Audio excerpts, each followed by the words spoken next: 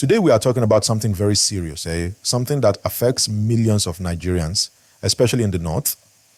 There's been a lot of talk about tension in the north, about Boko Haram, and about claims that the government may have finally exposed some people supporting this group. You know, for a long time, Boko Haram has caused so much pain, so much fear, and so many families have lost everything. Villages are empty, markets are closed, children cannot go to school, and parents are worried every day about safety. And now, the tension is rising even more because of what's happening with the government and international attention. So, here's the thing. Boko Haram is not new. They have been around for more than a decade, terrorizing communities, especially in Borno, Yobe, Adamawa, and other states in the northeast. People there have seen unimaginable suffering. But it's not just about guns or bombs. There are stories of support networks. People who may be giving money, helping with logistics, or turning a blind eye.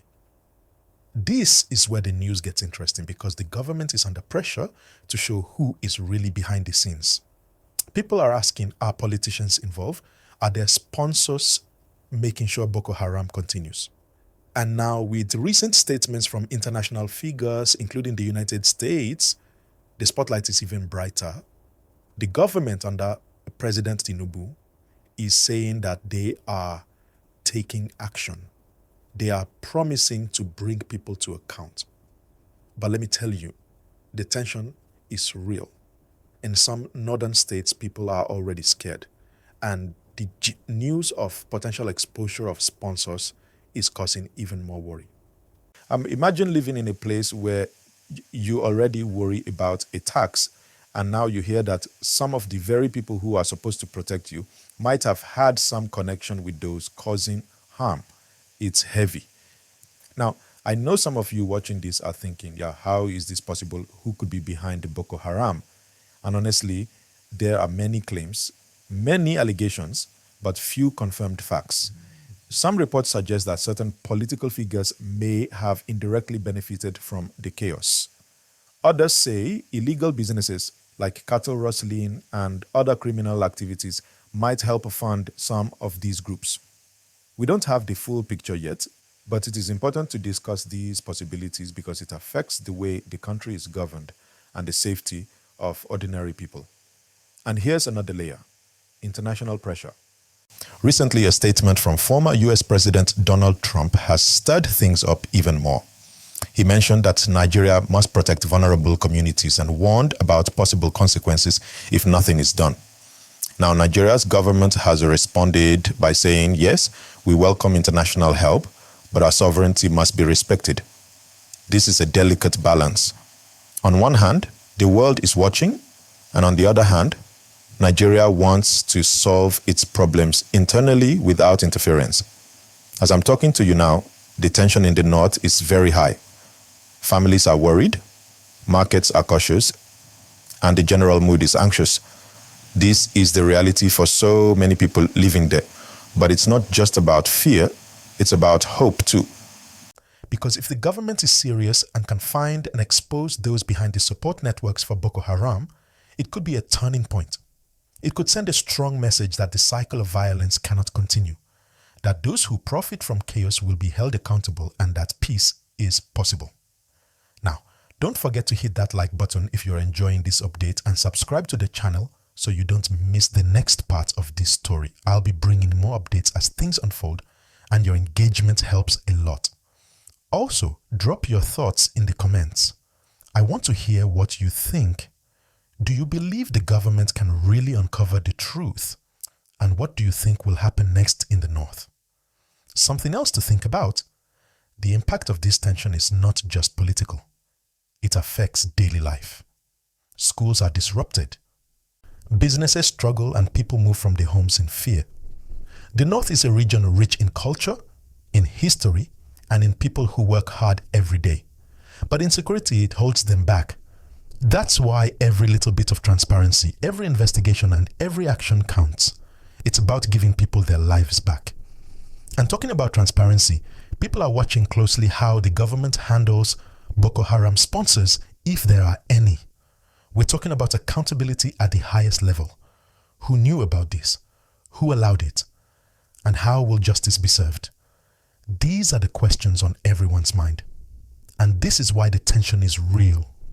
It's not just about fear, it's about uncertainty, and uncertainty in these situations is always dangerous.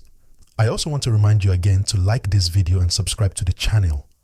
Sharing this video with your friends and family helps get the conversation out there. The more people are informed, the better. Knowledge is power, and discussing these issues openly is important. Let's also think about the political angle. For years, people have suspected that certain elites benefit from insecurity.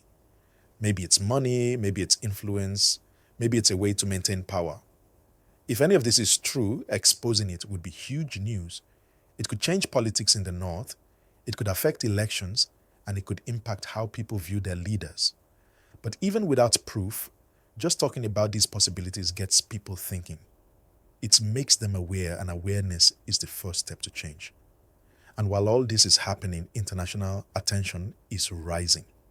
Countries like the United States and voices from around the world are watching Nigeria closely. That pressure can push the government to act faster, but it also adds tension because Nigeria is proud of its sovereignty.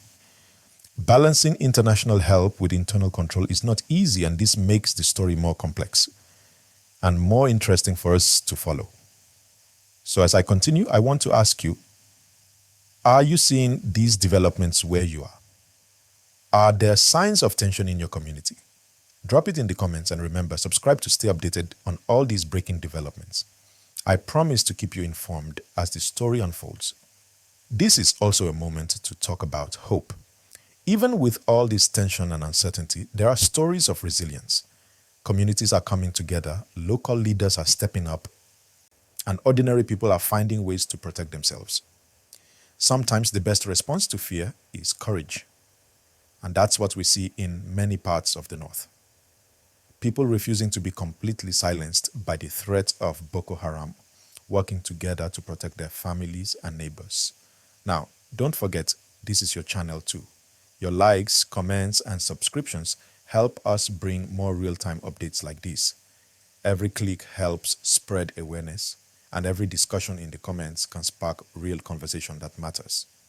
We also need to think about the bigger picture. Boko Haram is not just a Nigerian issue, it's a regional issue.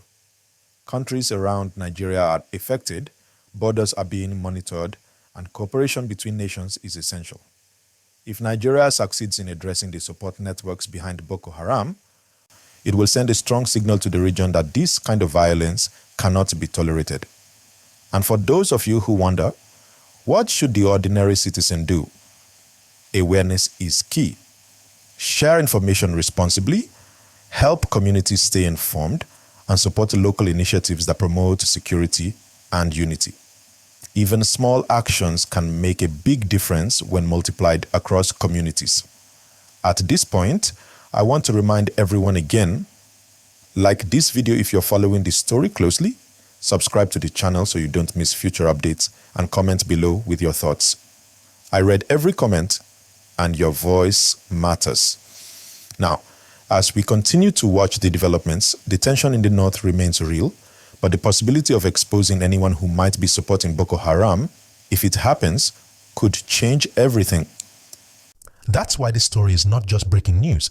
It's a story about accountability, safety, politics, and hope.